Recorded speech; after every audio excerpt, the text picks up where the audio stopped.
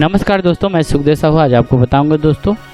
ये देख रहे हैं Chandaini CG loop 128 BPM scale है एफ शार्प दोस्तों। ये चंदैनी लूप जो पहले ज़माने में चल रहे थे, जो ओल्ड ज़माने में छत्तीसगढ़ में, वही लूप है दोस्तों। तो वीडियो में बने रहिए। नए तो हमारे चैनल को लाइक शेयर कमेंट सब्सक्राइब जरूर करें। ये बहुत काफ़ी अच्छा लूप है दोस्तों। टोटल इसमें 12 फाइल है दोस्तों। एक से लेकर 12 फाइल आप देख रहे हैं। इसको कंप्लीट वीडियो में बने रहिए। मैं इसको कंप्लीट आपको चला के सुना रहा हूँ दोस्तों।